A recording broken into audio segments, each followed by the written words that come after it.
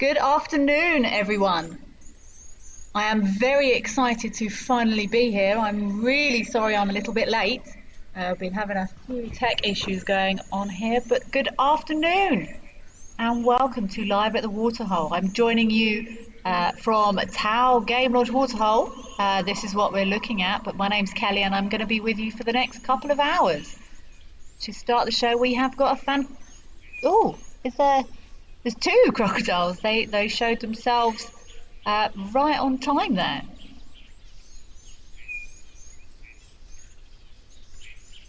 There's a couple more there. I've known these crocodiles for quite a long time. I started at Tau, 2013 I started at Tau, so I've been watching these crocodiles on and off for the last 11 years.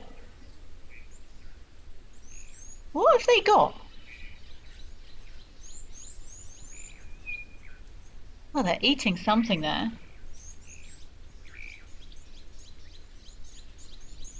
So like I said, I'm sorry we're a little bit late coming out to you.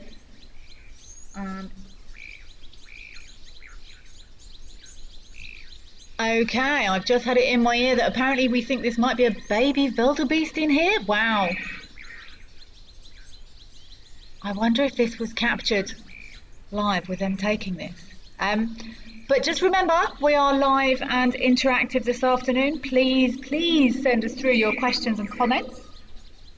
Ask anything you like. If I can't answer, I will find out a way of getting you the answer a bit later on. But thank you so much for joining us here for Live at the Waterhole.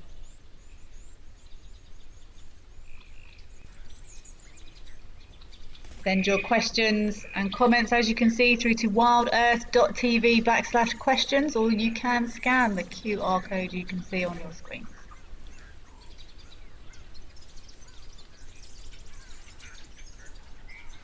This is very sedate for crocodiles with food involved. Ah, there we go. On time. Okay, there's some legs. This is what I would more expect from crocodiles if there's food involved.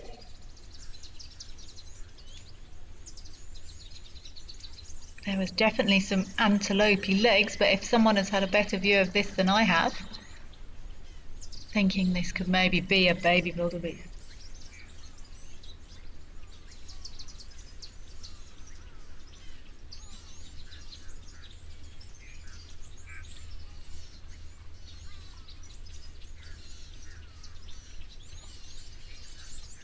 Good afternoon, or good morning, good evening, Penelope Kenyon.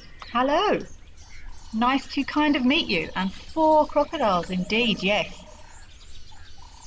And yeah, I'm surprised there's not more drama going on here. I remember when I was at Tau, you could sometimes hear from different parts of the lodge if there was something going on in the waterhole. There'd be splashing and all sorts of things. And these crocodiles are considerably larger than they were when I was here. Joanne Mello, you love crocs, the water cleaners. You're right. They do an excellent job of cleaning up in here. Very important part of nature's cleaning team, as are so many other animals.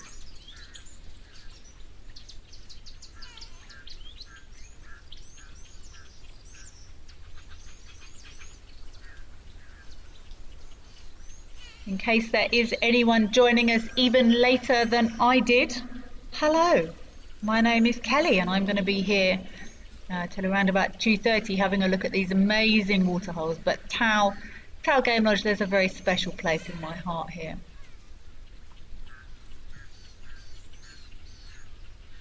I actually remember the very first day I started at Tau. I've just seen, oh wow.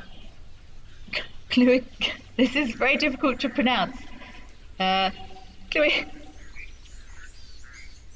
going to try. Stand by one. Kluikowski. Apologies profusely because I'm 95% sure I got that wrong. Not a good morning for one of the herbivores here at Tau, but the crocs do indeed get a nice bit of breakfast here. Apologies for making a complete mess of your name. But I actually remember my very first day. It was actually my very first day at my very first permanent job after I relocated from England. I moved up to Tau. I was a standby guide there, so not even fully on the guiding team. Oh, there we go, sort of kicking off. So I wasn't even guiding full time. Look at them giving them that roll to bite those chunks off. Come on, guys, share nicely.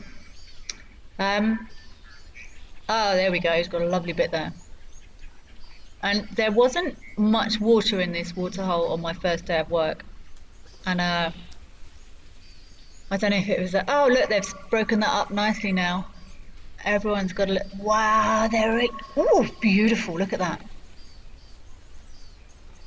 I'm going to enjoy this before I tell you my first day at work story. These are good sized crocodiles now. You see that big thick throat? I often find as crocodiles age, that underneath part gets bigger and wider and thicker. So the way I would often see or try and age an elephant, especially the males, they get very, very wide across their trunks between their tusks. And I often look at the underneath, sort of, I don't know if there's a technical name for it, but like under the jaw, they're under the sort of the neck. Crocodiles, as they grow, I think their necks thicken, and that is a good thick neck there.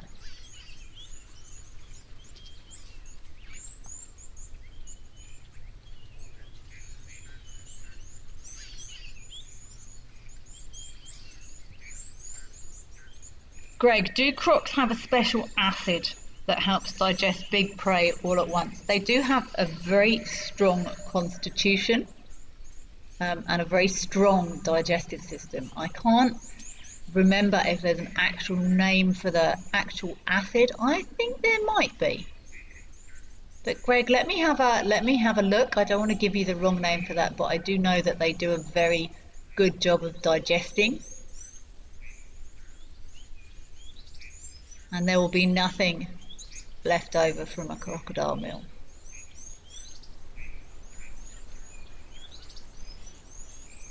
I see everyone's got a piece now and they're going off to their corners to feed nicely.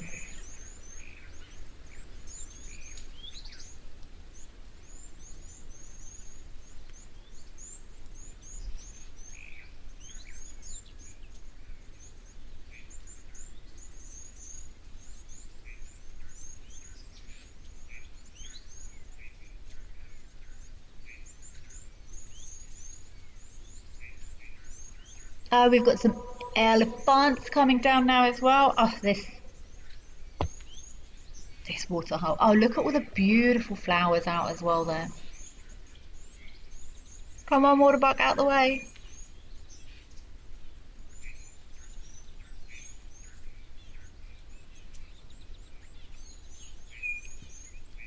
Greg, I'm not going to try and find out if there is a specific name for their crocodilian stomach acid.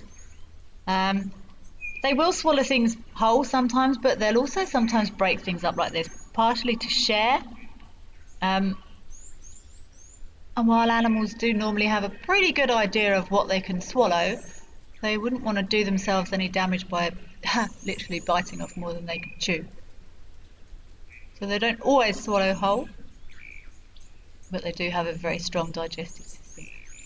This waterhole, look at that, it's beautiful.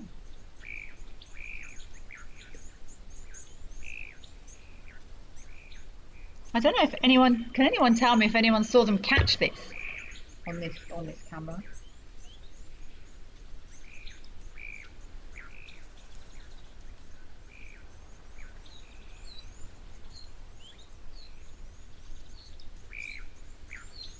There's going to be a big splash any second now, watch.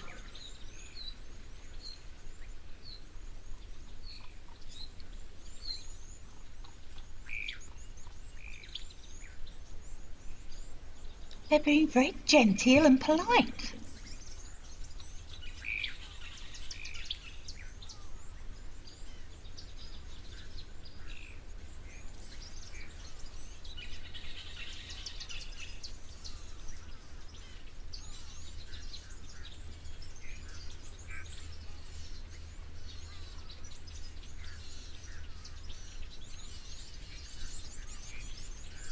No, didn't come. I was holding my breath in to see when there was going to be a big splash, but it never came.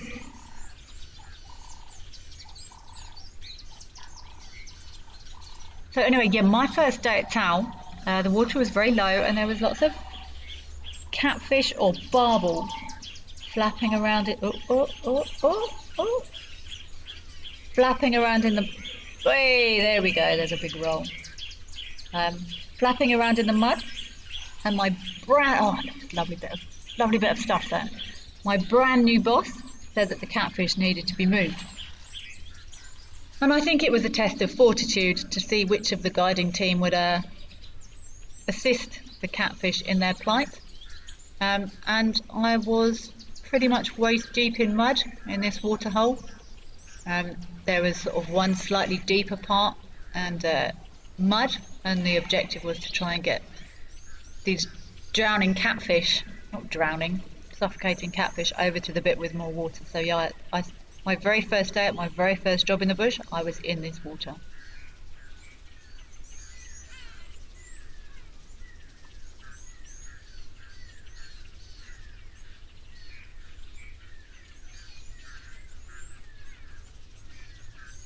I feel like I can hear a pearl-spotted owlet in the background there. Can anyone else hear that? That's weird.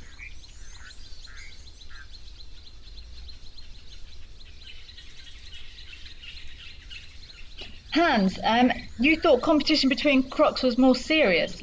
Are they all sharing the kill? Hans, that's exactly what I was just saying. This does look very sedate for a group of crocodiles. They're so big now. Hans, I was just thinking the same thing. Normally, yes, there's going to be lots of splashing and fisticuffs to crocodiles. Fisticuff? I don't know. But I would be expecting more splashing going on here. But these crocodiles have been in here for a long time. So while they're certainly not a herd of crocodiles or a pride of crocodiles or any other, they're very much lone rangers. Maybe because these guys have been in here for such a long time. You know, they know how it works. If someone gets something, they're a bit more amicable than crocodiles that would travel long distances to different areas and maybe not spend as much time together.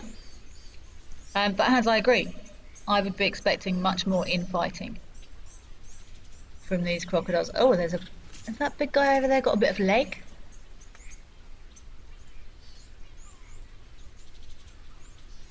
Oh, careful, little birdie.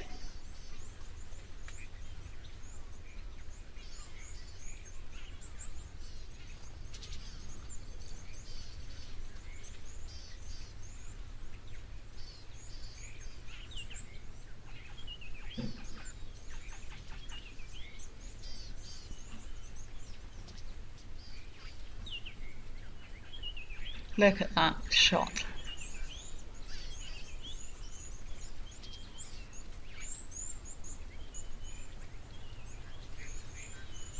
See, I would also think that I don't know why this guy isn't just eating it. He's almost asking for someone to take it. That does look like maybe a wildebeest leg, but it's difficult to see with it being wet there.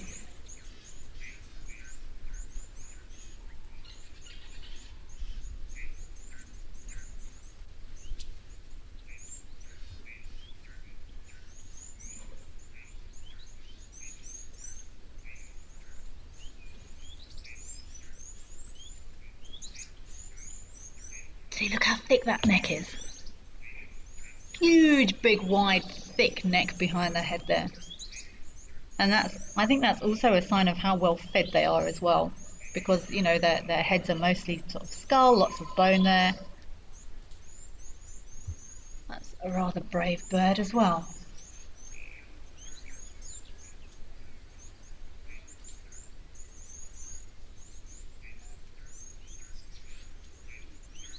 Still,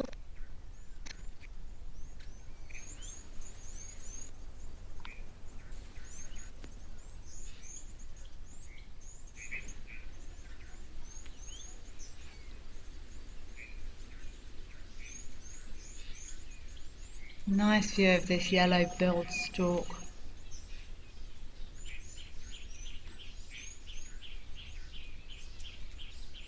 See, does that bird know that that crocodile's got a big bit of wildebeest in its mouth?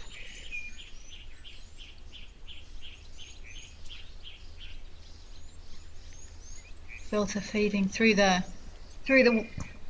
water to see if they can pick up any fish or anything else in there, just using touch.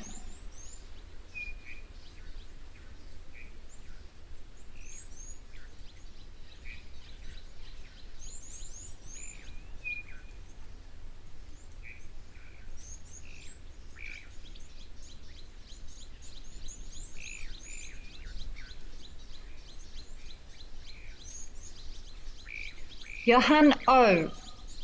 Have I ever seen a pygmy goose at this dam? I have not. Johan O. Whether or not anyone else that's been watching has seen a pygmy goose at this dam, I'm not sure. But I personally have not. And I spent a lot of time at this dam when I was working there. I was there for 3.5 years. I'd never saw a pygmy goose. I've never seen a pygmy goose full stop, actually.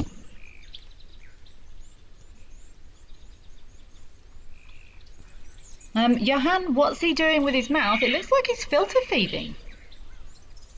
It looks like he's got his mouth open there and he's dragging it through the water, maybe looking for a...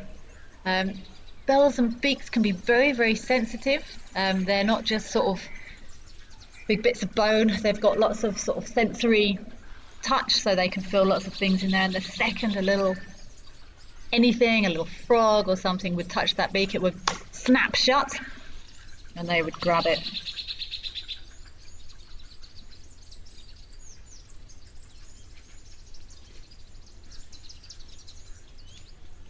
Sort of the same technique you'd find spoonbills using. Again, not quite feeding for exactly the same things, but again, just using those beaks to find their way through the water to see if they've got any food in there.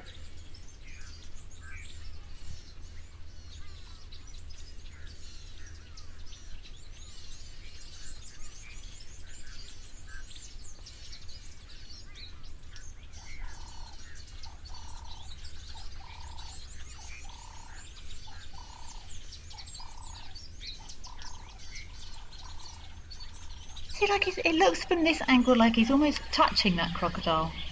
You're mad, Mr. Stork.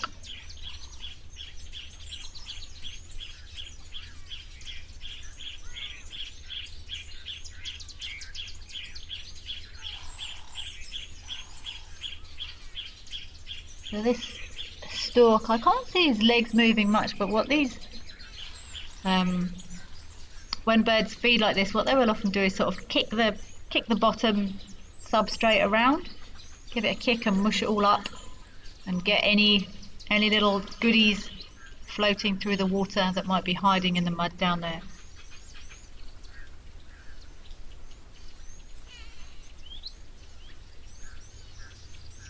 And it'll be a super fast reaction if you feel something to feed on.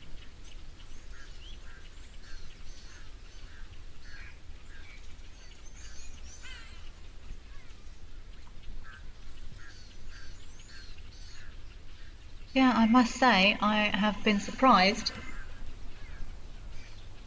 at how much peace there has been with crocodiles with food present.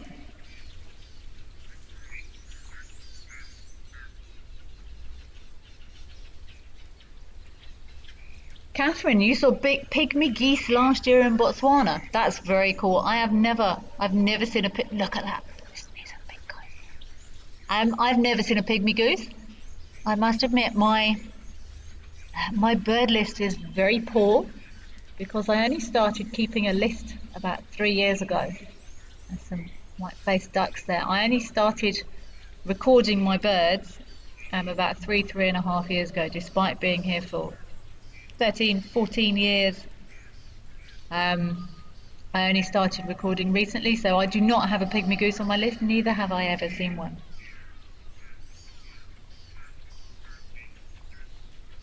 Spars Ian Cove asking, have I ever seen a stork stealing fish from a crocodile before? I have not. I have not seen that. I don't think it's implausible. I mean, we've watched these crocodiles now, they thrash around and they shake around and all the rest of it, so it wouldn't surprise me if a bit flew off, then a stork might scoot in and grab it. But I've never seen a stork stealing food from a crocodile. That would be a very, very brave stork. These crocs, they're the ultimate killing machines, in my opinion. Dinosaurs living on Earth, they've been unaltered for many, many years because they are perfect. They are perfect killing machines. All of their systems finely honed. PB and Jam, do crocodiles have to hunt constantly? No, they do not. They have very slow metabolisms, and if they get a nice big meal, they can go. People say how often do crocodiles have to hunt, and people often ask the same question about lions. There's lots of determining factors. If it's very cold, they will need to hunt more often because their body uses more energy to keep warm and keep their body processes going. How big is the crocodile? What's the crocodile been doing? How big is the food? Wow! Oh, see, look, a bit flicked off there. Let's see if a stork's going to go and pick that up. A big bit flicked off there.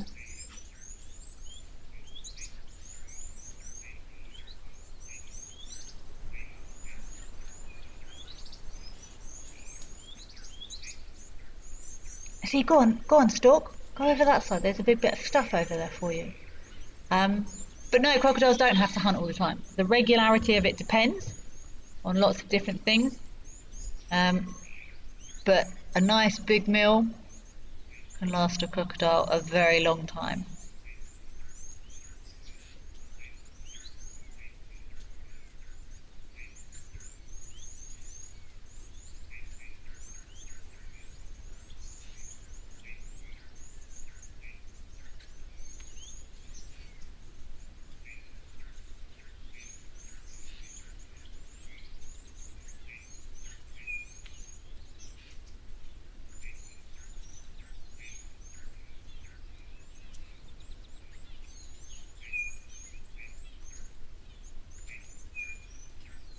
The more I'm thinking about this situation, actually, it's not that surprising that these crocodiles don't all go crazy over food. Because it doesn't really... It's almost better for them all. I'm very, very interested in animal behaviour, and I've spent the last few years studying, and I find it absolutely fascinating.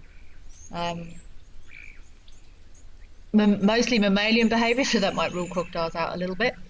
But this is where they live. This is where they feed. This is where they stay. These are who their competition are. And to constantly expend lots and lots of energy fighting and rolling and potentially injuring each other over every bit of food doesn't really serve anyone. So whether you want to call it not quite evolution, but development, it doesn't serve anyone. It's if you put 4 humans in a house, and that's where they lived, to constantly fight is going to be a really unpleasant situation to be in. So maybe over the years, and it has been years, over the years they've sort of come to not an agreement, that's really anthropomorphizing them, but it doesn't benefit anyone to expend energy, risk injury. Look, I remember this stump. I know this stump behind this crocodile. I know it well. Many, many, many animals have come to rub on this stump. covered in mud. I enjoy looking at these muddy stumps. Sometimes if you get close to them you can find ticks that have been scraped off animals that have rubbed on them. Smooth, smooth, smooth after years of animals smoothing that wood out.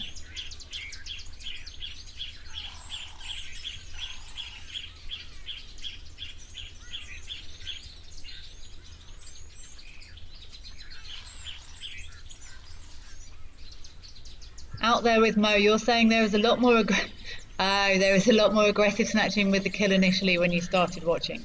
Didn't see the actual grab though. Okay. Yeah, that doesn't surprise me. It is normally. I don't think anyone would make friends with a crocodile.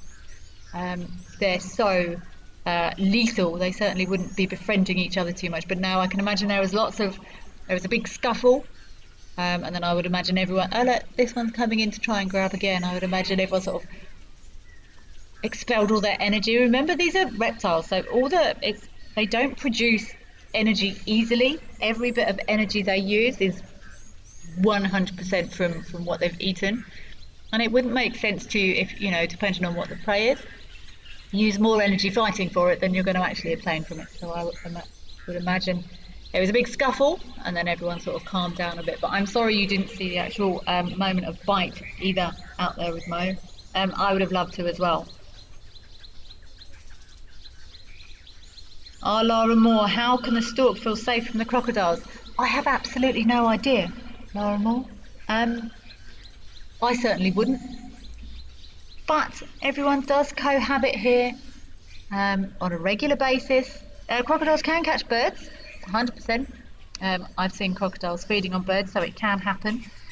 I would imagine these storks feel particularly safe at the moment because they've all these crocodiles have got a mouthful of wildebeest. So again, I think probably over time, everyone sort of, not developed a spoken understanding. But crocodiles aren't going to constantly chase the storks around. It exerts too much energy. So I think it's probably just over time. The storks have built confidence. Maybe they've got used to, specific areas that the crocodiles are more likely to chase them in. I'm not sure. Whether they'll ever feel completely safe, I would say they're pretty foolish if they do. Dark Main Lover. Hi, Dark Main Lover. How are you doing? Is it true that crocs can go more than 1 year or possibly 2 years without eating food? Yes, absolutely. They're reptiles, so they're cold-blooded and they've got very slow metabolisms. But I would imagine in those circumstances, they don't do much. They have this big, out there as Mo just said, there was a big explosion when they caught this. Big fight, big fight, big fight, and then everything calmed down again. Often they're not using up much energy, and if they got a big meal, they can go a long time. It's the same as if you think of these great big pythons. Same theory. They can have a nice big meal and then just sit quietly for months and months and months.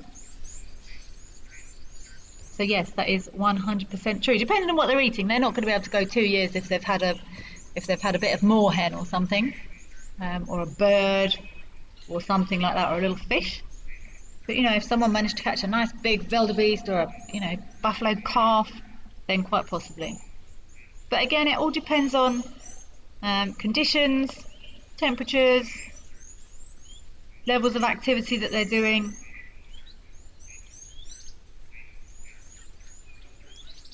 Blake, you're also asking, aren't the birds worried about them? Do they generally not bother each other?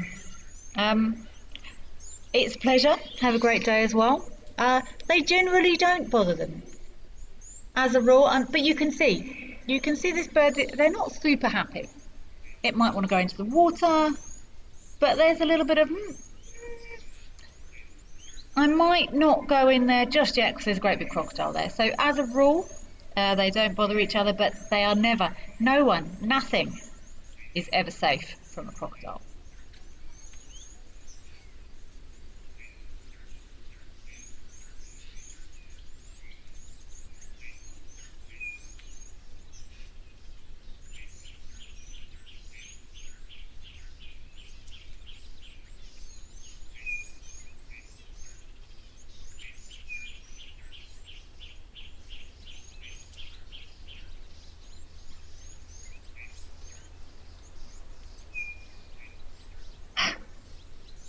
Is that going down now? That leg's going, I think.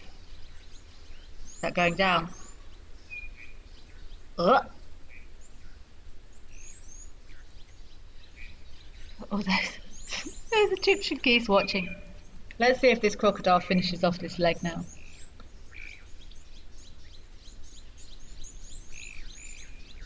Oh, no, maybe it's too big. Trying again?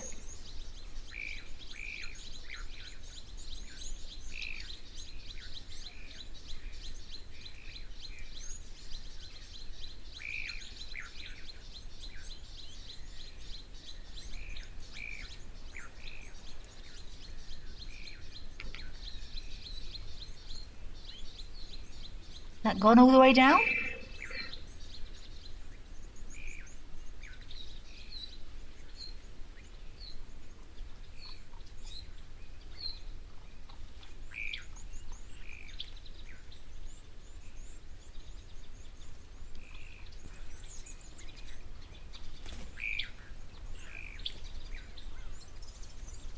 Gone.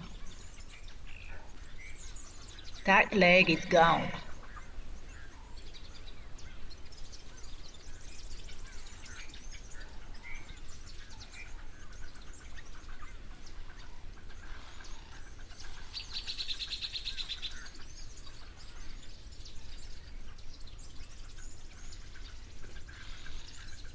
Almost always something happening here. Looks like a jacana.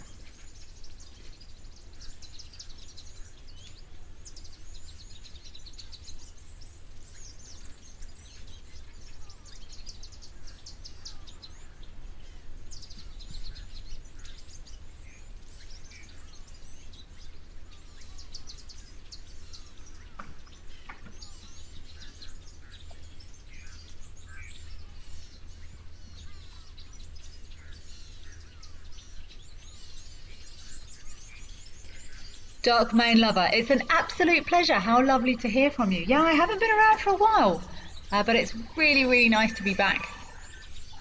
I've missed these cameras, I've missed the bush. It's been a whirlwind 18 months, but it's really nice to be back, and it's lovely to see names, hear names that I recognise from some time ago.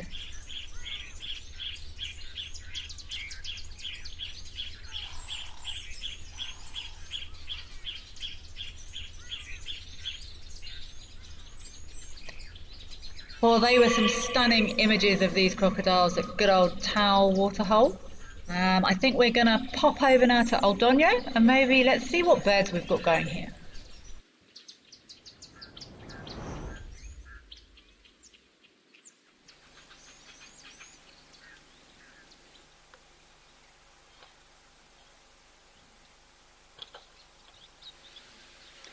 Okay, this is going to be hilarious because I've never actually been to Kenya.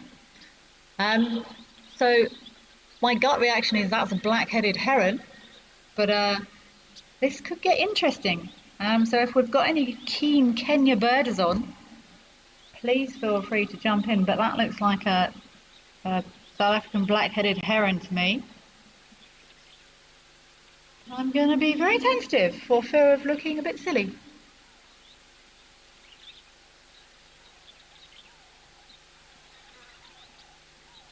Just remember, we are live and interactive, so please send us your questions, comments, your thoughts, your hopes, your dreams.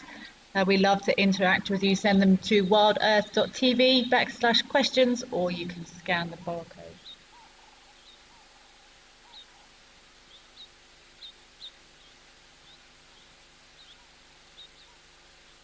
I'm going to be brave and say this is a black-headed heron. The trouble is, with all things, especially birds, the more advanced science gets is the more classifications and taxonomy, the more complicated it gets, because we start learning more and more about DNA and how species are split and how subspecies are split, and then geographical speciation can create new species depending on where they are. I was actually talking to someone the other day, and apparently there's multiple different subspecies of virtual zebra, which I had no idea about.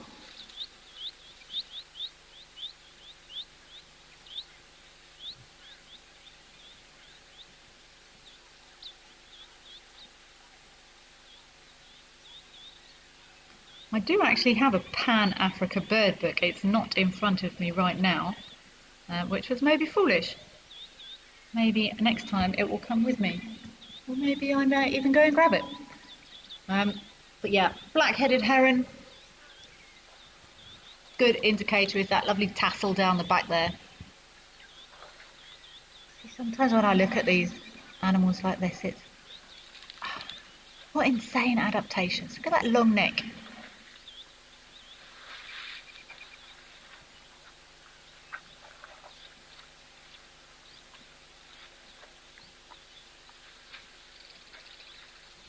Oh, photo bomb. That wasn't a bird.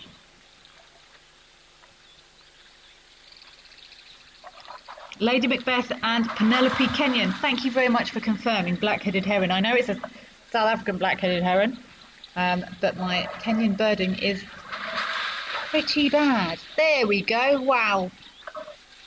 Hello, big guy.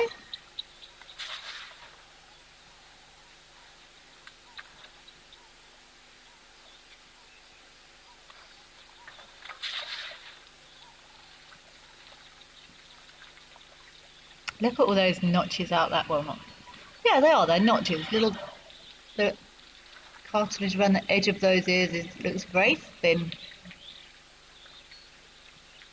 Almost looks like a butterfly wing. You know, sometimes you see butterflies with those raggedy wings. Almost looks like that, very thin. Maybe he's caught them on thorns, or who knows. Don't play with it.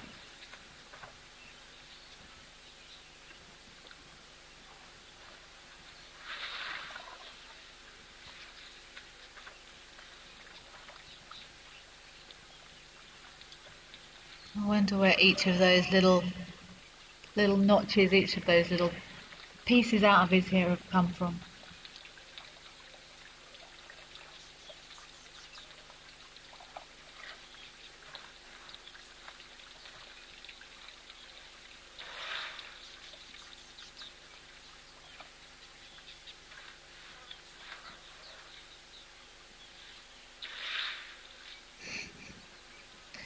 I wonder why they do that.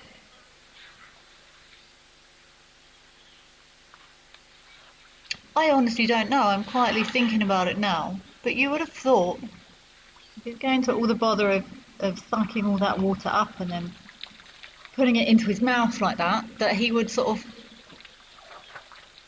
squirt out everything that's in his trunk into his mouth. But I understand there's a little bit of dribble going on. Let's see what comes out. See, that was a lot. That was a lot of leakage. And I'm just trying to think back now. Have I ever seen a trunk come out empty and dry?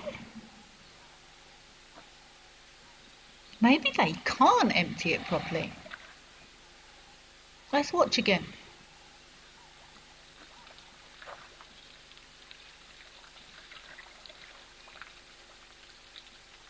Oh, Laura Moore, yes, this is a big boy. See, that's standard dribble. That's understandable. Happens to the best of us.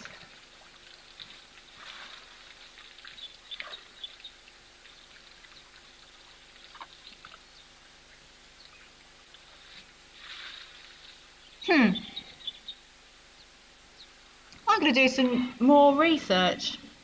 You see, Laura Moore, I wonder if the elephants backwash the water between the trunk and the mouth. That's exactly what I was just thinking.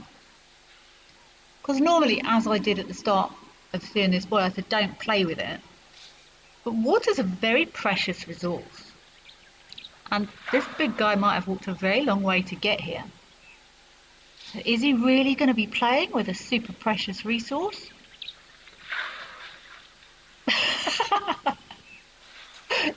Thanks for that, boy, demonstrating. But that's, you know, that's got a function. That's cooling himself down with it. I'm going to do some more research on exactly. We know elephants suck water up into their trunks and ball, 6 litres, all the numbers, the actual mechanism. But like,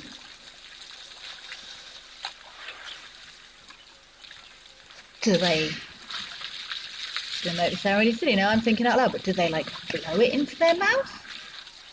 Or is it just a gravity-driven thing? Because if that's a gravity-driven thing, there's going to be water left in the bend, like a U-bend of a toilet, which will then,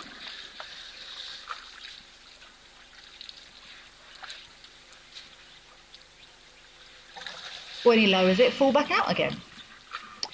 I'm going to investigate that further.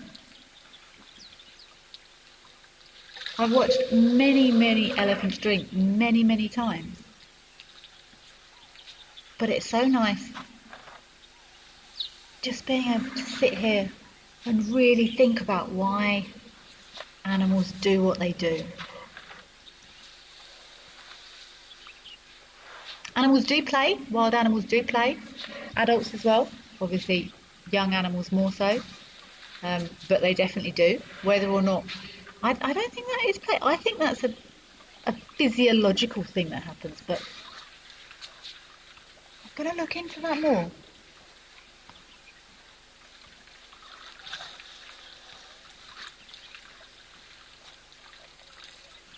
Nadia, you always wonder if those tears in their ears hurt them when it happens. I'm going to go yes. They've got nerve endings in there, they've got blood vessels in there. Probably not to a massive extent. But yeah, I think it's going to. They've got thin, very thin skin on their ears, so I would say they're probably quite sensitive. Thin-skinned areas are more sensitive. The back of the elephant's ear, super thin skin to allow for that heat exchange. So thin skin, nerve endings. I'm going to go yes, Nadia. But this old boy's ears almost look like they've been crimped.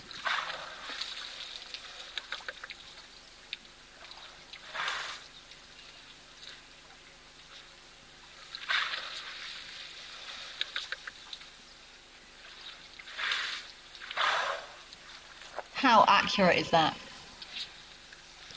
I'm going to call my underneath bits off. Oh, there's two. Who'd have thought? Hi, other elephant.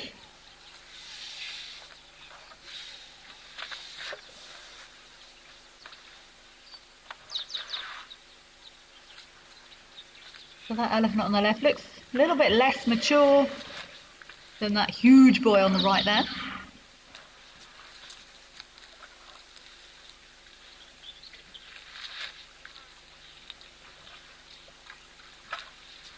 People often ask how old animals are. And anyone, in my opinion, if anyone said the elephant on the right is 46 and the one on the left is 22, I would probably say that may not be accurate, because we don't really know unless we were there and they were tagged when they were born. You know, you can tell adults from youngsters, from adolescents in many animals, but we never really know. Again, size can be, a younger elephant might be physically bigger than an older elephant, but that could be genetic, it could be based on resources, it could be based on lots of things.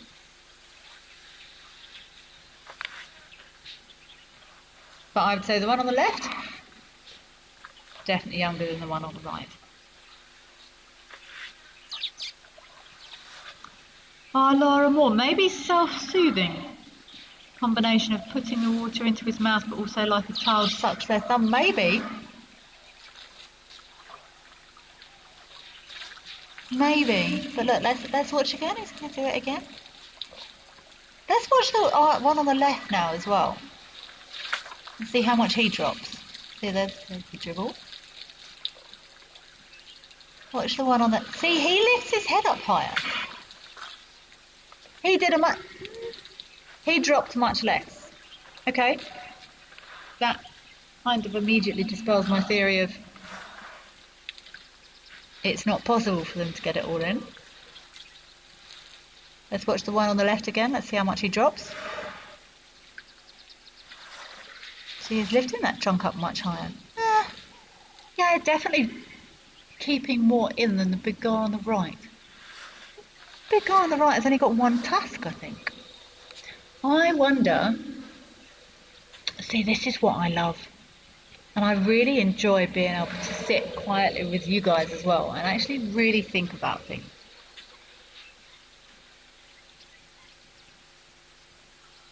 This guy on the right has only got one tusk, from what I can see, unless he turns his head and makes me look silly. Show me, boy. Excuse me. Come on, turn a little bit more. Okay, maybe people that have been watching these cameras for a long time might know these elephants well. He's only got one tusk. This is damage. I'm not going to say it's completely impossible that an elephant is born with one tusk. It's not very likely, and the one he does have is quite damaged, and it makes me wonder if he's struggling to, if there's a physiological reason linked to the loss of that tusk, that he's not managing to keep as much water in as the one with both tusks. Look how wide that span is there across his top of his trunk between his, should be two tusks but just one. This is often how I age or try and age an adult elephant, is that gets wider and wider and wider. They might not get any taller, but that fills out, the same as those crocodiles' throats, necks, throats, whatever you want to call them, gets wider, chunkier, heavier. To me, so does this across the middle of that trunk there. And it's, I'm gonna have to watch more elephants to continue with my science-based ponderings.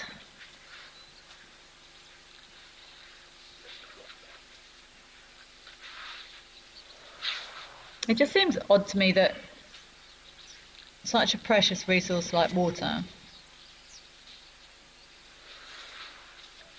would be intentionally spat out by an adult male elephant that needs loads and loads and loads of water to stay alive. And I'm trying to picture the inside of an elephant's mouth.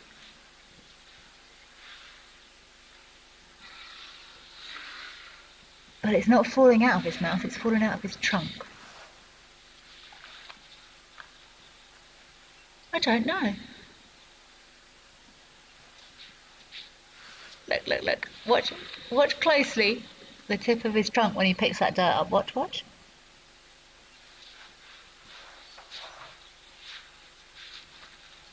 Grab. Flick. They've got so much dexterity in those trunks.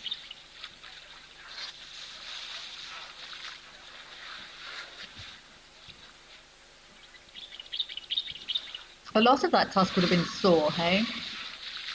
That would not have been nice for him. It's like having a snapped tooth or a cracked tooth.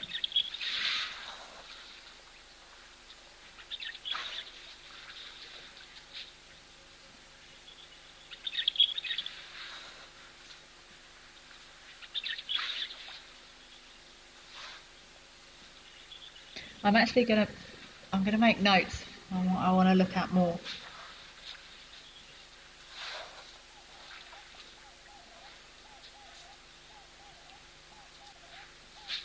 So you get to this, well, I have anyway, I don't know about anyone else, but you get to a point, you've spent time around wildlife and watching elephants, and you've got a good idea of, how fast things run and how much things weigh and how long they're pregnant for, and a half decent understanding of natural behaviour in the wild. But then I start thinking, but why? But how?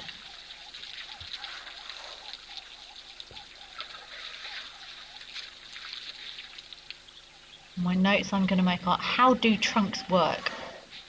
So I know they've got lots and lots of muscles, between 30 to 60,000 muscles. I know that. I know they're very powerful. I know they can pick things up, they can push things over. But how, and they suck water up for drinking. But I'm going to do some more reading on how do they actually work with water.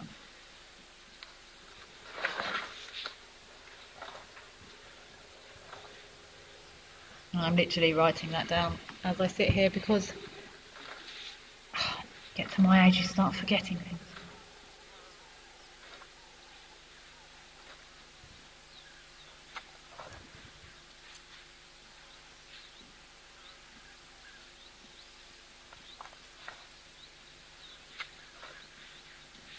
Okay, he's got behind, really, really wet behind those ears there. Nice and cool, down his shoulders, and all behind those big old tattered ears.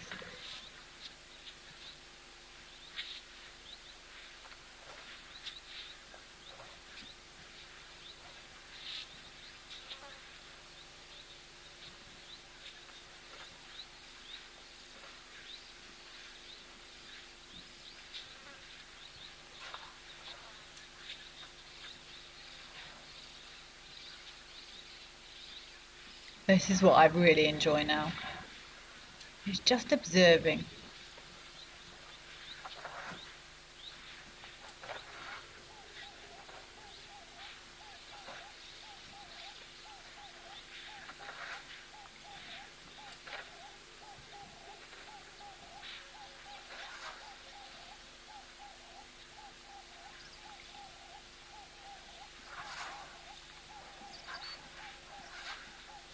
See, I can hear what sounds like a dove in the background, but it doesn't sound like any of the doves I know. Do do do do do do do do do. Oh, I know some people love my bird impressions. They're certainly nowhere near as good as some people's, but we can't all be good at everything.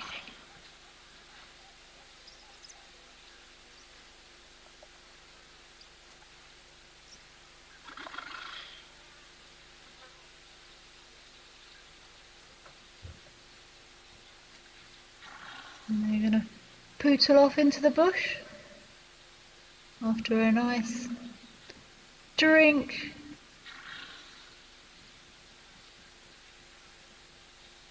Off they go about the rest of their day. What a lovely sighting. But yes, first thing on my notebook today, well, two things. More work on Kenyan birds and how do trunks work. So while these boys wander off, let's head over to Safari Hook and see what's happening there.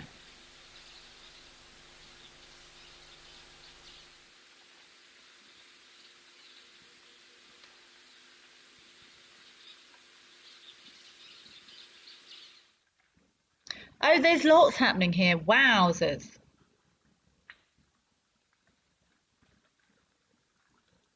The first thing I noticed there was that zebra at the back. Oh, see, I'm always reticent to say this. It might turn around and it might be a boy. But that zebra looks quite rotund. Could be baby zebras on the way. See a little wildebeest on the left? Be careful. Baby wildebeest get eaten at waterholes. I don't actually know if there's any crocodiles in here. From the behaviour, I would suggest possibly not at this particular waterhole. Because, oh no, that wildebeest looks a little bit nervous.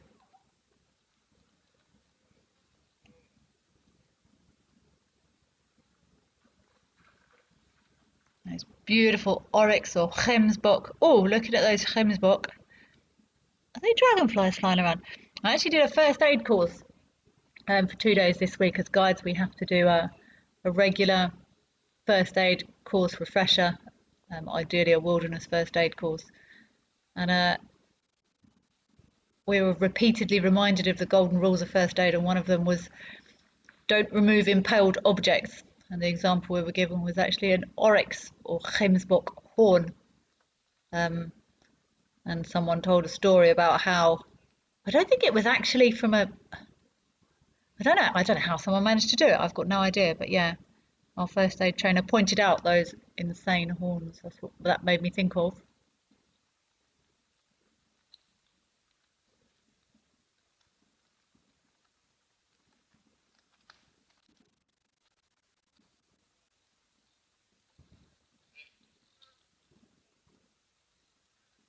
That looks still looks pretty dry there.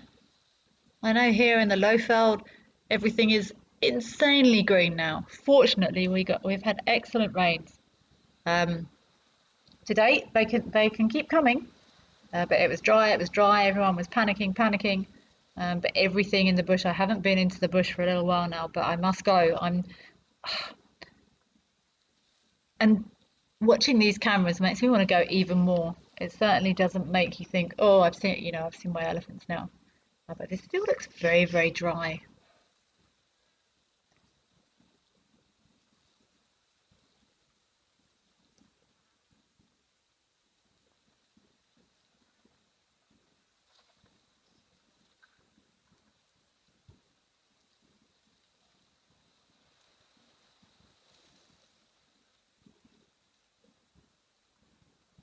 Mindy, hi.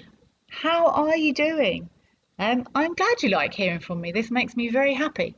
Good to hear from you too, Mindy. Thanks for checking in. Always appreciated. I hope you are well.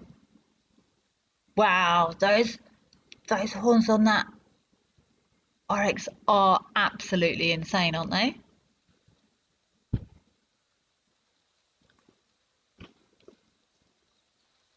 You would not want to impale yourself on one of those horns. Mindy, yes, it is. It's great when we can see multiple species all in the same place at the same time. Um, it always gives a uh, feelings of plenty. Obviously, water is such a crucial resource. Anywhere, I was going to say in nature then, but anywhere, I suppose humans are part of nature as well. Um, but it's essential for life. Without it, life can't survive, and it's why we see these lovely gatherings of so many different species in the same place. Look, three in a row. And I'm also wondering if we could have more species that are there in the water. Look at that though. Look at those. These are stunning animals. I've only actually spent I haven't spent much time with these guys. I've spent much of my career either spent I started in Madikwe actually at Tau, and there's a very occasional oryx or gemsbok up there in Madikwe, but very, very occasional. I didn't get a chance to observe them too much. And then the time I spent in the Kalahari was probably the most time I've ever got to spend with these stunning animals. They really are the most spectacular looking antelope, I think. I was just trying to think what my favourite antelope is.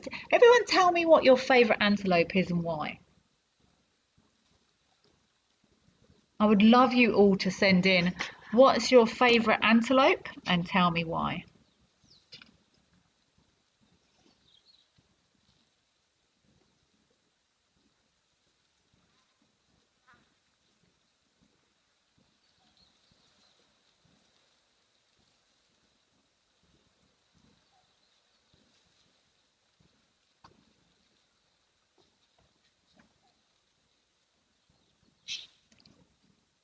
This Gemsbok, Oryx Gemsbok.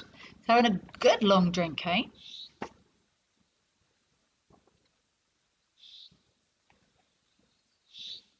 And often these are, I mean, it looks very dry here. I know in the Lowfell there's often this time of year there's lots of pans and water's much more accessible. Um, but I'm not quite sure what the situation is here, to be honest. And they might have had a good long walk from a long way away to get to this pan. Starbuck, do oryx make any sounds?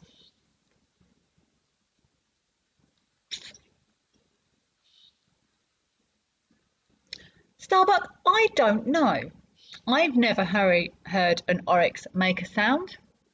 Um, I would imagine they do. Most antelope make some sort of alarm calls. I'm going to say yes, but I don't know what it is because I've never heard it. If anyone out there has heard an oryx make a sound, please, if only you could send me an impression. Um, I think I would say yes, they do make sounds, but I don't know what they are because I've never heard one.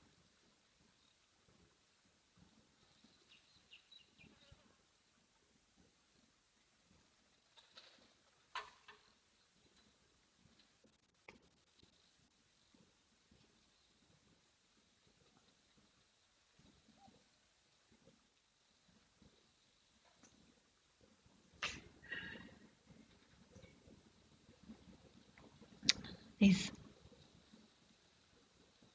these could it look like they're on a salt lick there?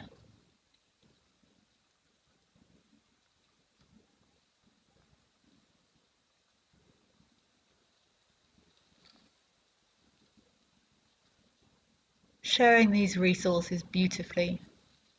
Only humans shared as nicely as animals.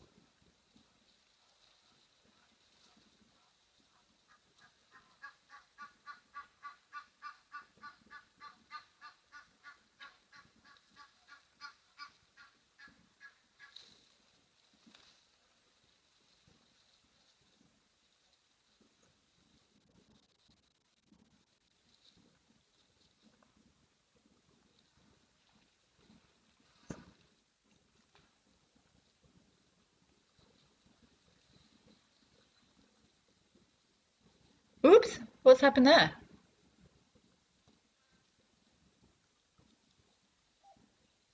Something gave them a fright.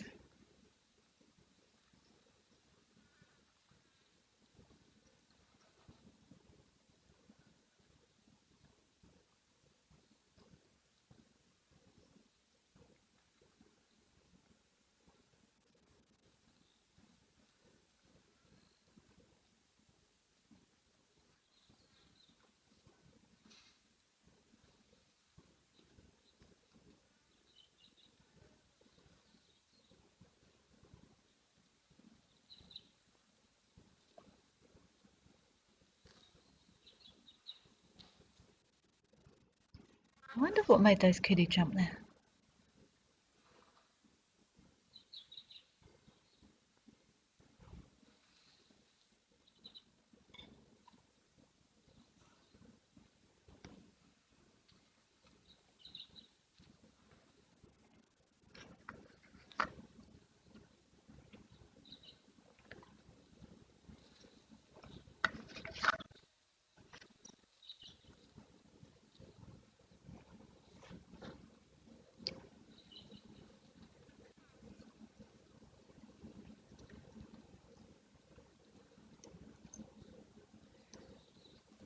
Laura Moore must get good reception with those horns. I agree. They're just the most insane. When you look at them, when that Hemsbok was drinking, you just look at them and you're like, how, like, excellent reception though. Probably better reception than I get most of the time, to be perfectly honest.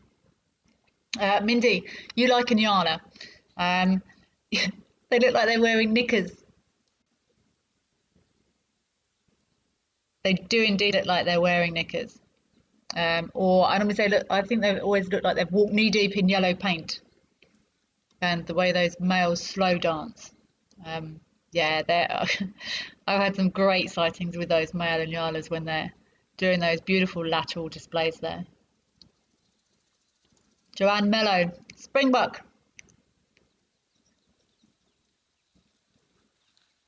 Is your favourite antelope?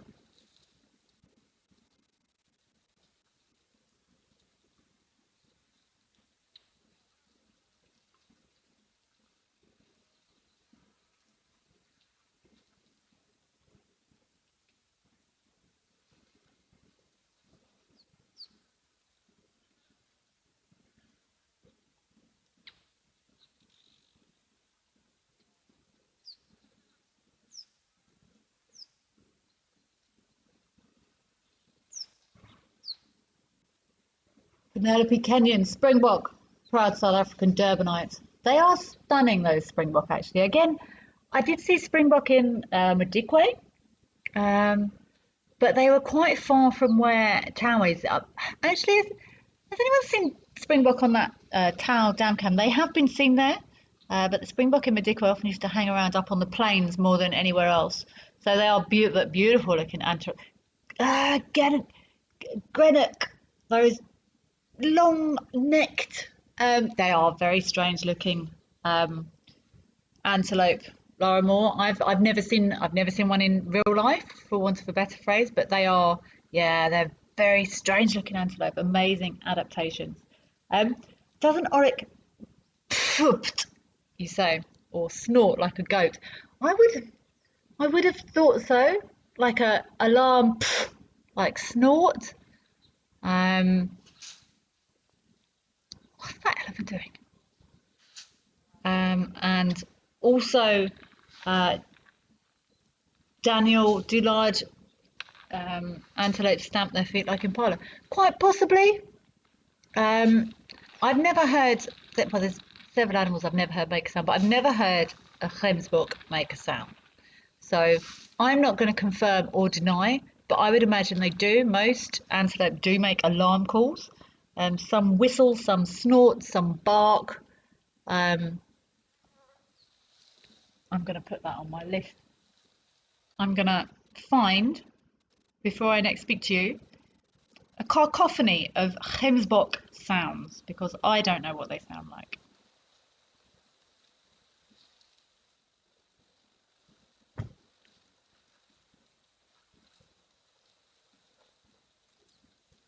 Oh, thank you, someone. Jen Mac just googled, and it's quite a deep, almost frog-like snort. Okay. Um, I'm going to do the same. I'm going to go away, and find a repertoire, oryx vocal repertoire. This elephant's having a blast in this water here. Um, wow, a frog-like sound. I'm going to go and investigate further. Thank you for checking, though, Jen.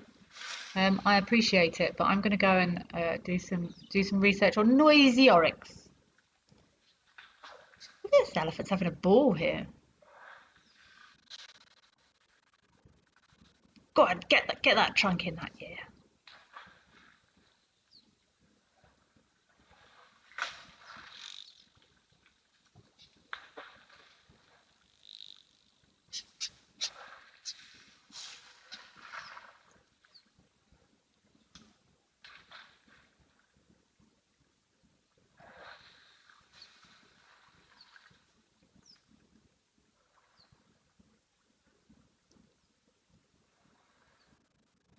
He's really going to town.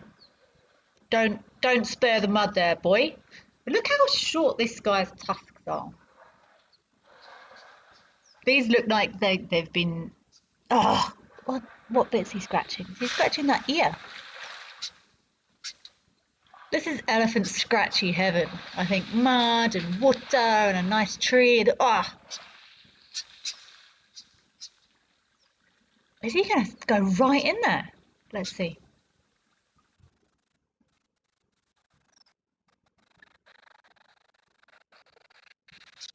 Mercedes-Benz waterbuck is your favourite antelope. Target butts. Yes, they do. These, let me try and remember. It's been a while. Ellipson. These are the waterbuck. We normally see a Ellipson waterbuck. They have those target bums. But further north, Rwanda, different parts of Africa, they have Dufasa waterbuck, and they look exactly the same as the ones we're used to seeing, but they don't have a target butt. And I know this because I saw them in Rwanda. It was very confusing seeing the waterbuck without a target butt. That's not easy to say. Teidenbach, your favourite antelope is the black wildebeest. I have never seen a black wildebeest either. Wow, you guys are making me just want to go out and go exploring in all these new places and see cool antelope and different wildebeest. And look at this guy's having a blast. What if he's going to go over there and pinch some of that grass off there? Laura Moore, elephants don't really allo groom, do they? Oh, look, splash, splash. I would. It depends what you classify as Aloe grooming. When I hear the word aloe grooming, I think of sort of what would be in my head. Probably two impala stood nose to probably zebra, maybe impala, sort of nose to tail grooming each other.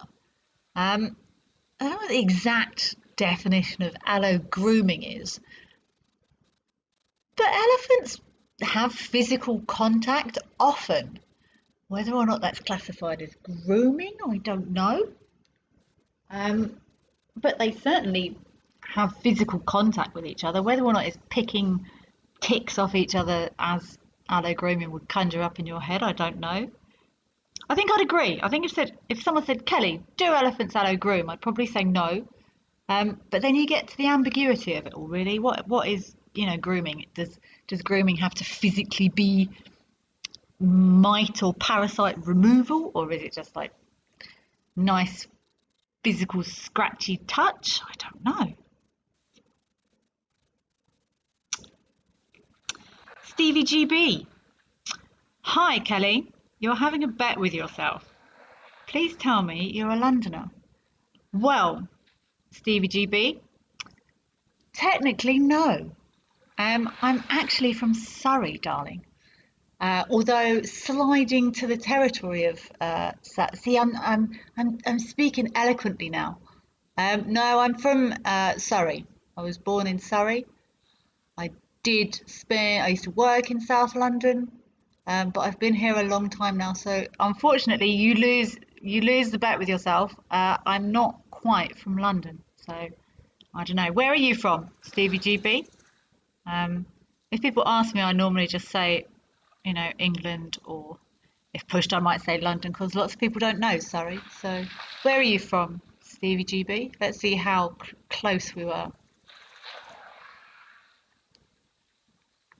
This big elephant is having an absolute blast in here.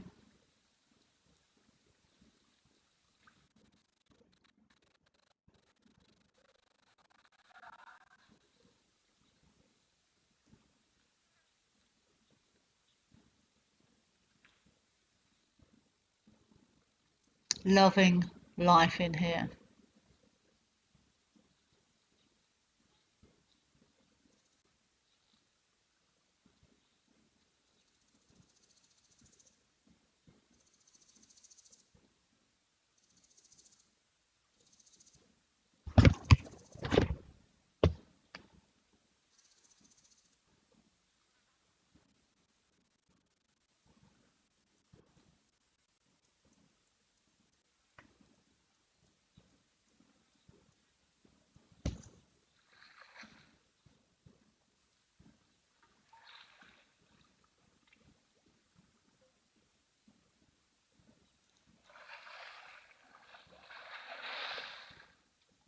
So it's just quietly enjoying life in the water here. He's plonked himself down and now he's blowing bubbles.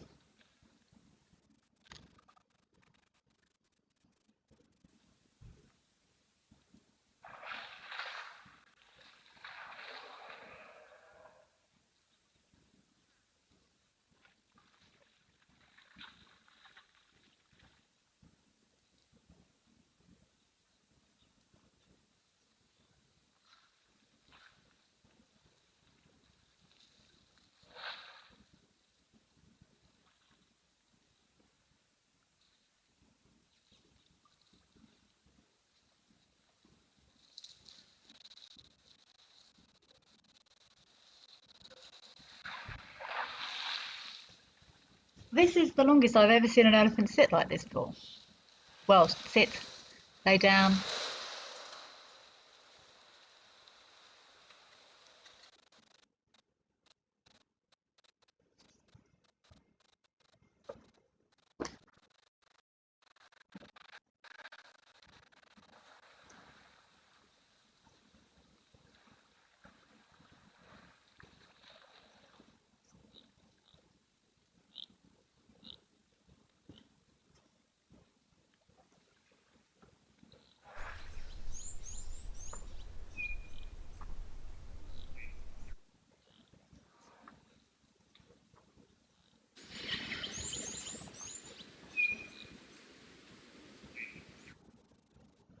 He is happy as a elephant in some water.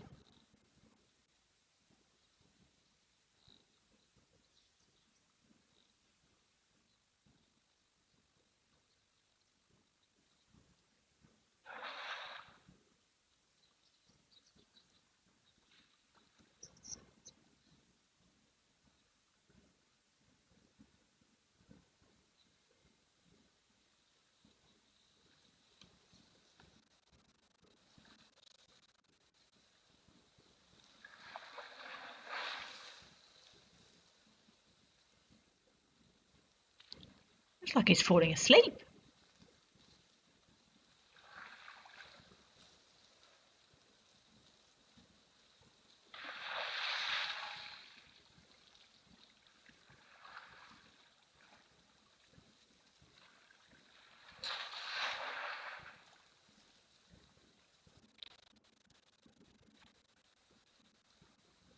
Oh, oh, oh, oh, are we getting up?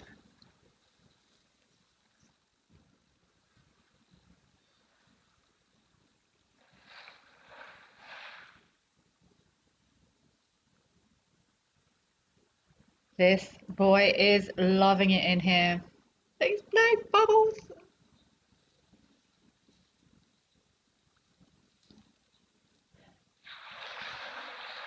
Mindy, you say you enjoy African antelope because they always look like they were hand painted by someone. It's stunning, isn't it?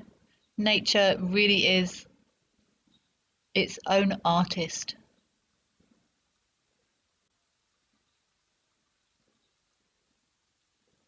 Gemsbok, spring, well, all of the antelope, all so different, and that's the joy of evolution, I guess. All created a niche for themselves, colouring that works for them, but yeah, they do look like they have been created by an artist. This is the longest I've ever seen an elephant sit like this in water.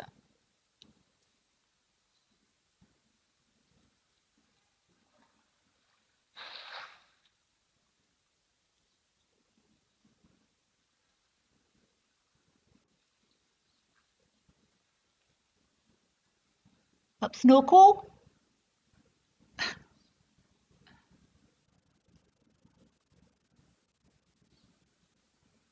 It must be it must be nice in there for him to take a little bit of the. I mean, these are big animals. It must be nice to have a little bit of a relief from the.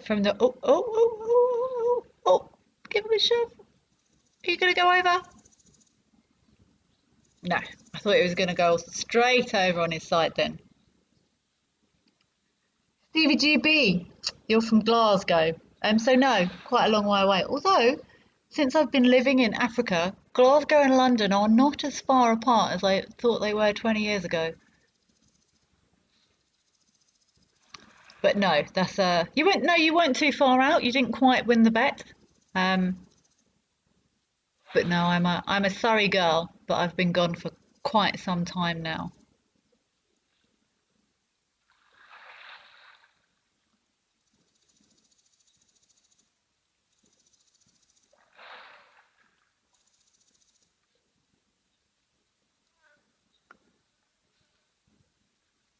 Dark Main Lover. I have no plans to get in any driver's seats anywhere for the time being. But who knows what the future may hold? We shall see what pans out. It would be very, very cool.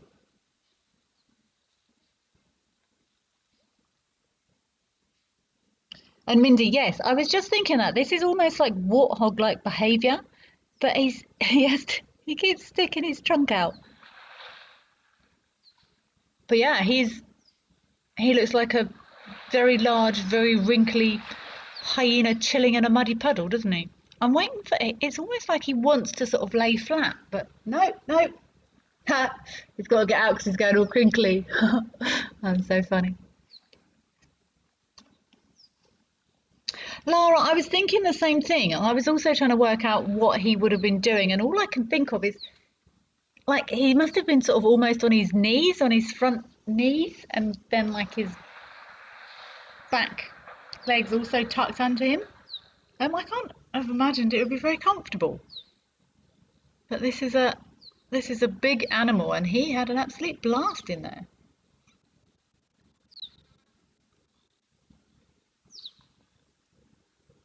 Dark my lover, can Ellies swim in the deep ocean?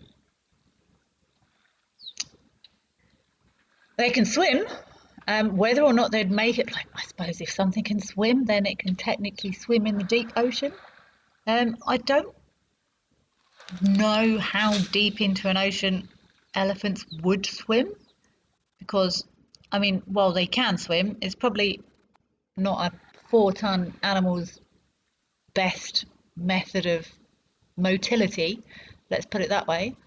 Um, but technically they could if an animal could swim. If it can swim in 10-meter deep water, then it could swim in a deep ocean. Whether or not they do, I'm sure it's been seen.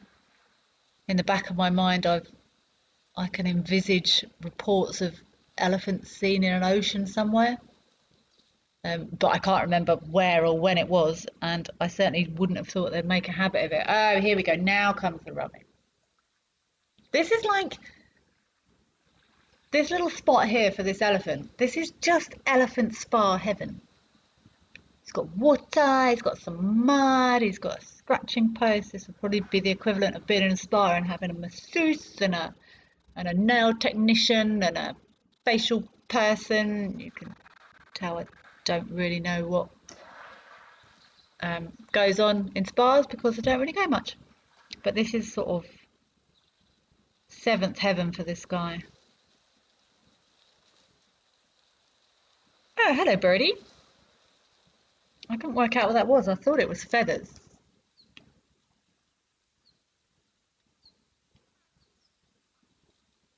I wonder how often, if these big mammals scratch on rubbing posts and scratching posts and stuff. I've never seen it happen. Maybe not so much with elephants, and possibly not quite so much in this scenario. But if they rub parasites off, birds will go and eat on them or feed on them. I wonder if there's any birds that have worked it out if there's a very popular rubbing post to go and hang around there and wait for someone to rub their ticks and parasites off, and then follow in behind them and scoop them up and eat them.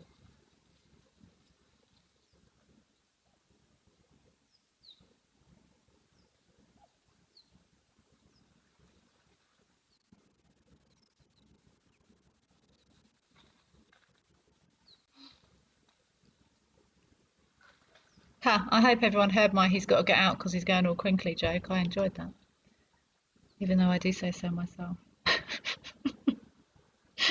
Simple minds.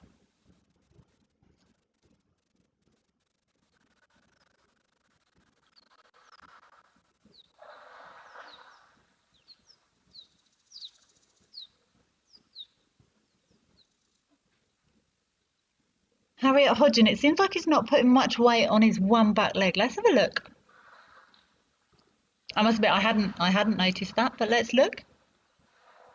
Good observational skills. Let's check.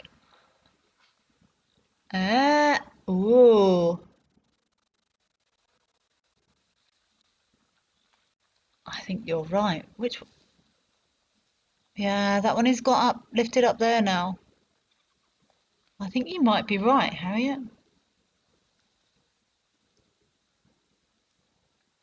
The one is. Do you mean the one who's got stretched out now, Harriet? I think so. But let's see if he moves a little bit. Yeah, he's definitely not favouring it, is he? Or favouring? If something's protecting something, are they favouring it? Maybe they are. The one he's got in the air seems sore. Let's just keep it simple. And it almost looks... Does it almost look a bit thinner? Towards the top, does it look a bit... Thanks for letting us compare, boy. It might even look a little bit wasted, you know.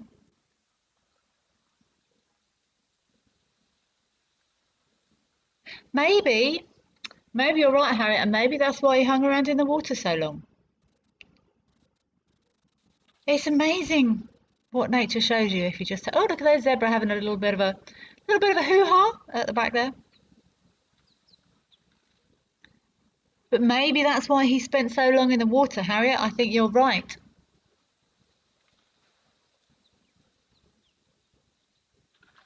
I don't know if you guys are seeing this as well, but every now and again my screen sort of judders a little bit, and it's almost like it has to catch up with itself, and it's like someone's fast forwarded the zebras. It's quite entertaining.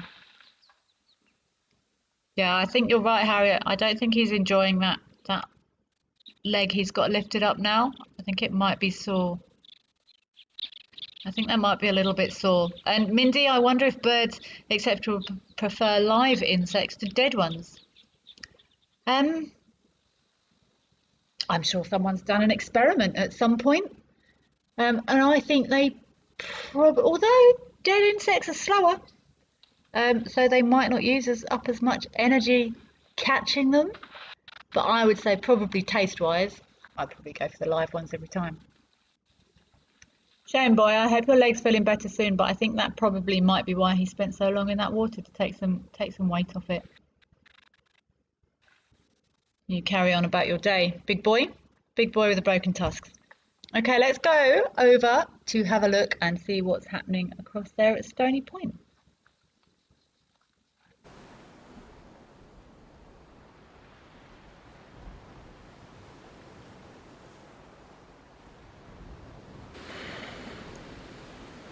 Wow, that's a lot of bird poop, is my first impression there.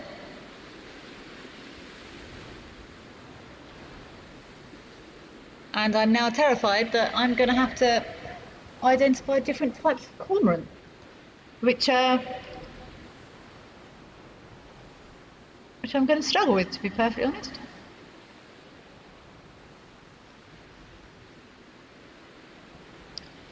Let's have a look and see who we've got here.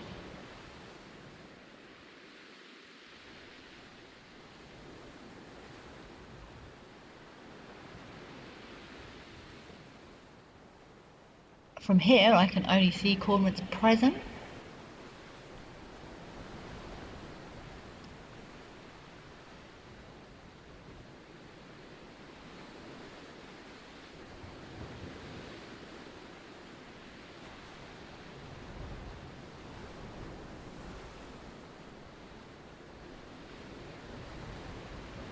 I see. Would I just guess? Guess they're Cape cormorants? No, we don't guess. We don't guess here. Those Cape cormorants, I know those Cape cormorants have got bright blue eyes. But I can't see their eyes clearly, so let's just call them cormorants. Oh, nice flap down the bottom there. Oh, and a gull. I was going to say seagull there, but that's not scientifically correct. It's a gull. Mindy, yes, there's a definite bird convention going on here. The unidentified gull has departed. See that one on the right's got a bit of a white chest, and a white chest would sway me towards a white-breasted cormorant, but it could be a white-breasted cormorant. I'm going to stick with cormorants.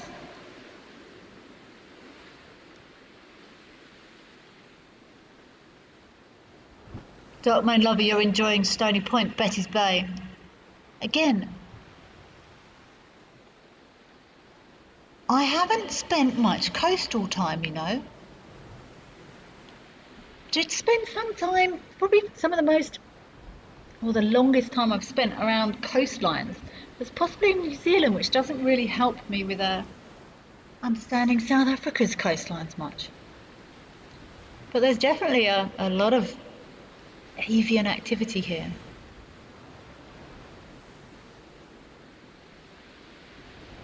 Lots of grooming, lots of preening.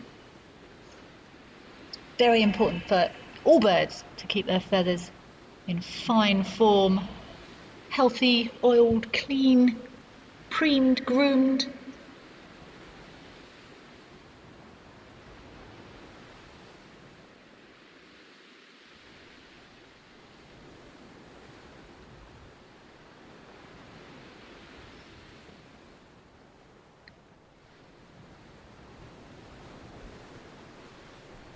This is a lovely scene. There is so much to see here. Well, I'm certainly not going to attempt to identify. Oh, look! Thank you, whoever zoomed in a little bit more there. That's a rock or a hyrax or a dassie.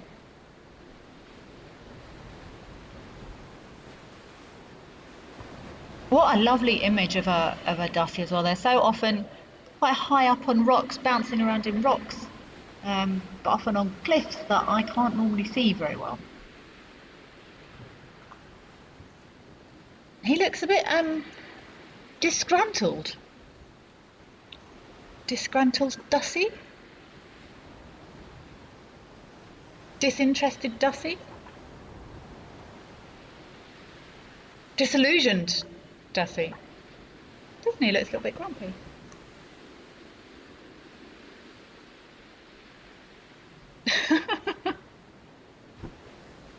It doesn't look very warm there. Does anyone know what the temperature is at Stony Point today? Anyone watching from Stony Point? Can you stick your head out for me? See what the temperature is? Dark Main Lover, yes. He's a very beautiful Dusty, but he looks quite cross.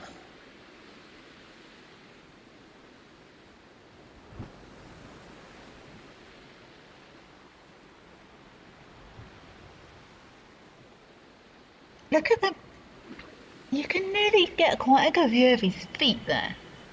Look how soft those pads look. It looks like I remember I used to run, and I'll go back to it one day. But I used to do quite a lot of running, not competitive or anything like that. But I used to run quite a lot. And someone suggested try those barefoot shoes, and they were absolutely horrific. And for the record, anyone that's thinking about trying, I think. I'm not supposed to say it, but they were like those Vibram shoes that you stick your toes in like a glove. And firstly, they were very, very weird. And then secondly, when I tried to run on them, it really made my calves ache. But short version, now this dust is gone, the soles of his feet look like the soles of those shoes.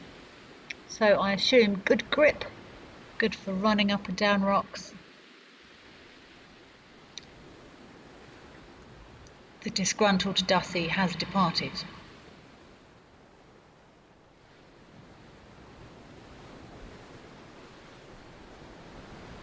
Oh, no, he's coming back. There's one coming back there.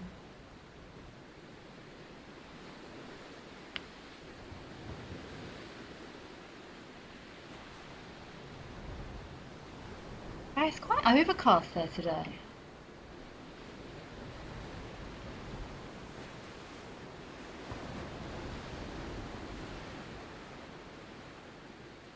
I mean, we do know it's always much, much cooler there at Stony Point than it is here in the Lowfeld.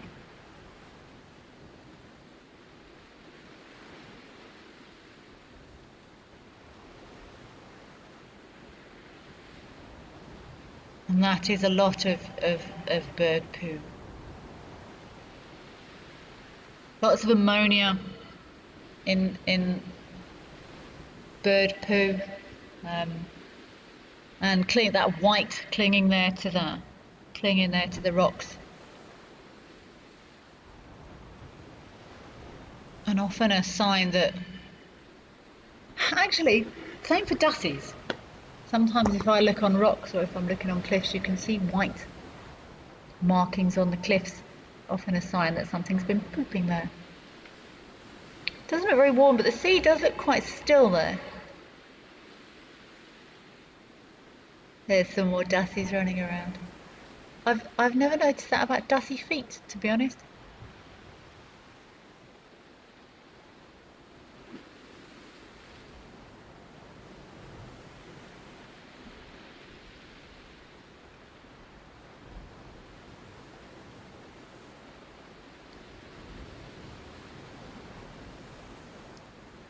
All these birds keeping their feathers in tip-top condition, making sure they're covered in preen oil, and any feathers that need to molt, those feathers come out, or they're molted so new, fresh, healthy feathers can regrow to keep them in tip-top flying condition. I do really enjoy when When I was little, apparently, I've been told, I would refuse to let my parents drive past a river or a pond or a lake without stopping to have a look in it. And I was always apparently obsessed at the seaside, at beaches with rock pooling. I wasn't particularly interested in swimming or building sandcastles or anything else, but apparently I would spend hours and hours rock pooling. Okay, here's our nice gull again. See, if I was going to guess, I'd say that's a herring gull. But guessing when you're birding is very frequently frowned upon. Seagull is it's like calling antelope buck, really, which I also don't support. But I'm going to guess it's a herring gull. Any advances on herring gull? People that are out there that have formally ID'd these birds on a regular basis, feel free to let me know. But there's actually lots of different types of gull, like lots. Also around the UK coast, I found. Oh, it's 26 degrees Celsius. That's the only point. So, okay, it looks cooler than that. Maybe it's the overcast and the water that's making it feel cooler. Jen Mac, Dussy time, favourite time of the week. Everyone loves Dussy time. They're also, I find them quite interesting to watch, Dussies. They're not quite as fun as monkeys and baboons, but they're often quite busy. They're engaging in activity, different things, feeding and scratching and grooming.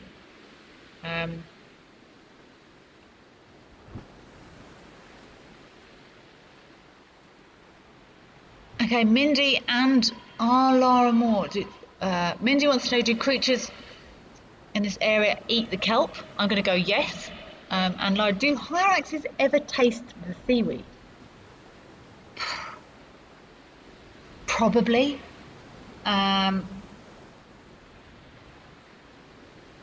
It's actually, I've been chatting to a few people recently about what eats what should eat what, who eats what when.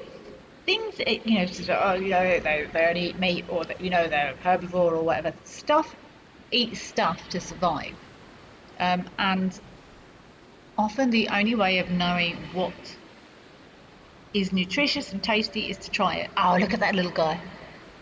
I would say many things eat kelp.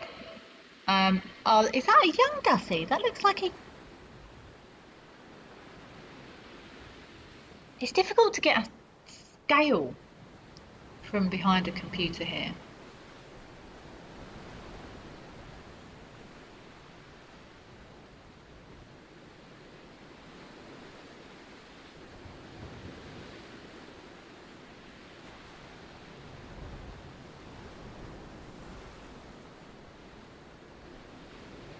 There's actually there's quite a lot of nutrition.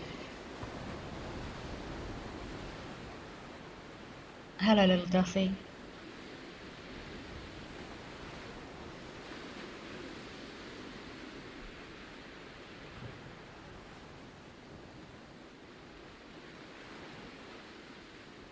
No, but honestly, never noticed how cross Dussies look.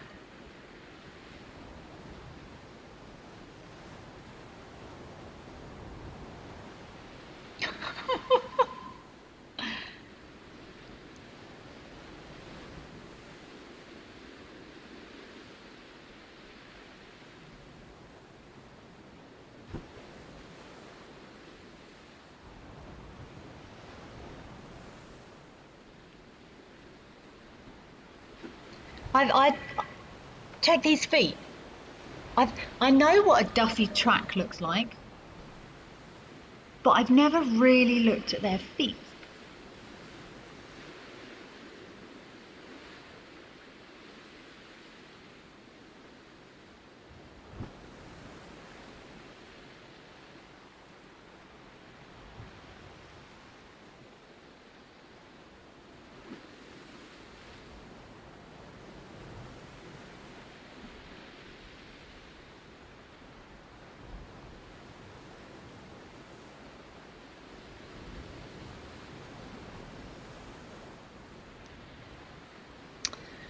I think let's leave our Dussies to be slightly disgruntled, and let's see what's happening across our Aldonium.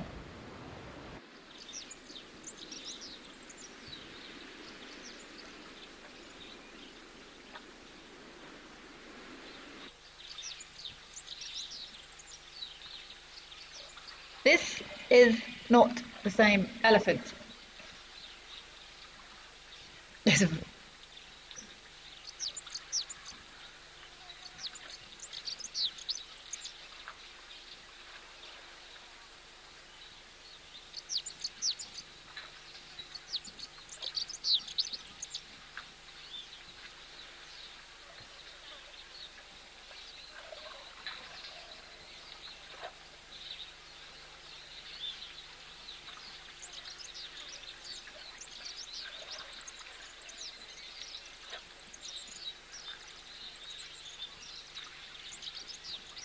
This is a completely different elephant. The first thing I looked at was his ears. No, nowhere near as tattered and as notched, and then I realised he's got two matching absolutely ginormous tusks, which probably would have been an easier way of working it out. But what I did notice, if you've been watching for a while, look how high he lifts his head and watch how much water he drops. Hardly any. So I'm going to go out on a limb and maybe say that the elephant with the one tusk could have been dropping water due to something that was going on in his mouth.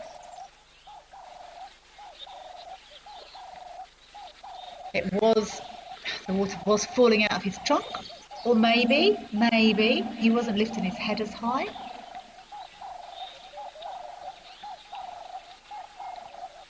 See, look, and that trunk is going right up above those tusks.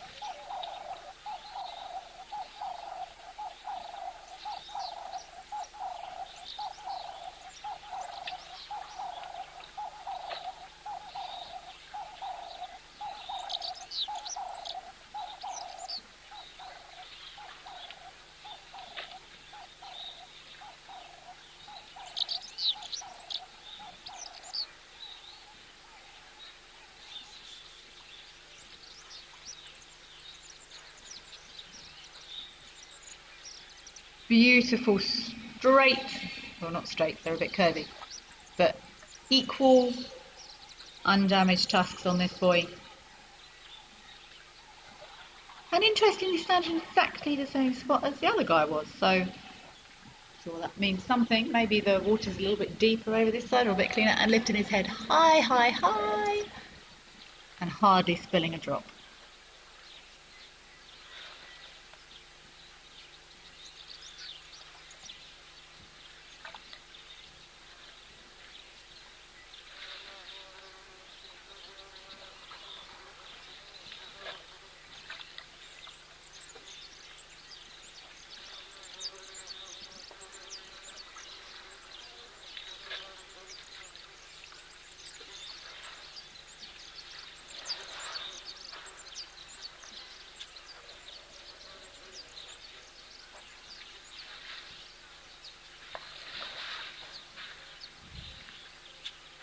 Oh, see who's the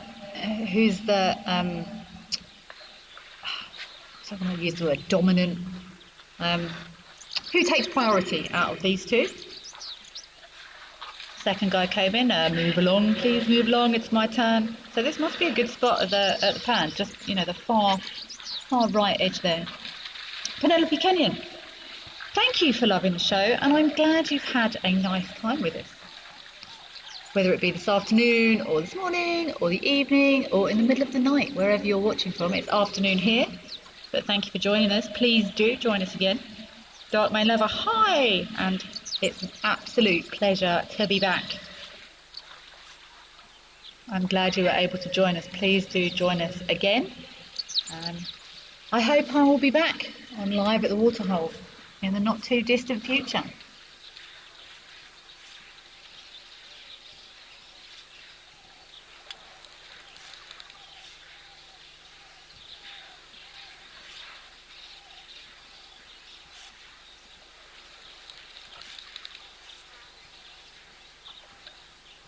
But yeah, I think my takeaways for the rest of the afternoon And if anyone says they go away and read stuff up, we actually do it because it's our passion. We're interested. You can't do this and watch, for so long without having a genuine interest in it. Well, I don't think so anyway. I'm going to actually really try to understand how trunks work. I'm going to try and work out what may or may not have been causing that boy with the one trunk to drop water. And I'm also going to listen to some oryx noises. These are my two main sets of homework, and I will most definitely be reporting back to everyone, hopefully sometime soon.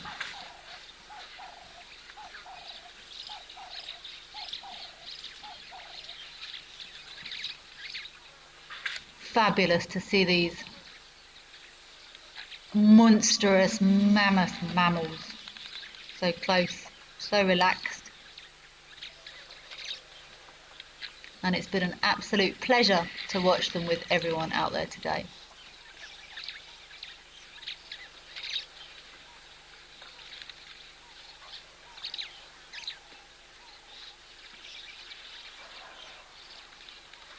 I hope to be joining you all again soon with my homework ready to be handed in. I hope everyone has a fantastic rest of day, afternoon, evening. Please do keep watching. We look forward to hearing from you all again very soon from live at the waterhole.